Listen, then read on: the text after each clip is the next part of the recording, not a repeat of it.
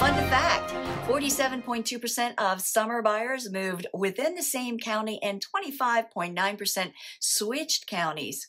Buyers moving to the area from New York topped the list, with Florida, California, North Carolina, and Texas following.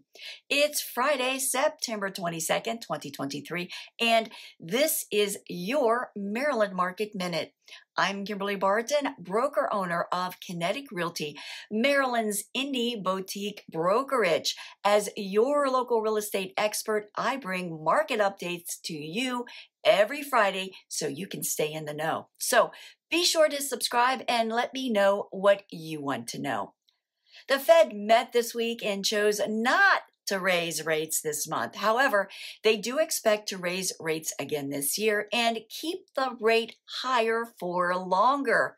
This means that the Federal Reserve's plan to use higher interest rates to curb inflation shall continue, and that means the housing market will continue to be affected. It will cost builders more money to borrow, to build, buyers to buy, and consumers to use credit. First-time home buyers are being priced out of the market as both interest rates and higher home prices create barriers. The Fed is waiting for the labor market to soften so that they can determine if rate cuts are to come. Translation, the Fed is waiting for a recession, and that is effectively what they are cultivating. Meanwhile, in Maryland, we are seeing more inventory coming to the market. 842 homes are coming soon.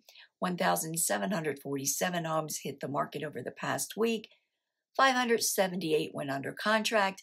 890 moved to pending. 1,184 sold at 100% list-to-sold ratio in just 8 days.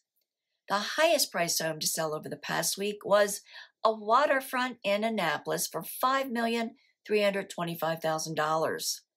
Rentals available rose again this week to $2,317 at $2,400 per month, and leasing in a steady 18 days from hitting the market. That's a wrap for this week's Maryland Market Minute for Friday, September 22nd, 2023. Thanks so much for tuning in. Enjoy your weekend, and I'll see you next week. Take care.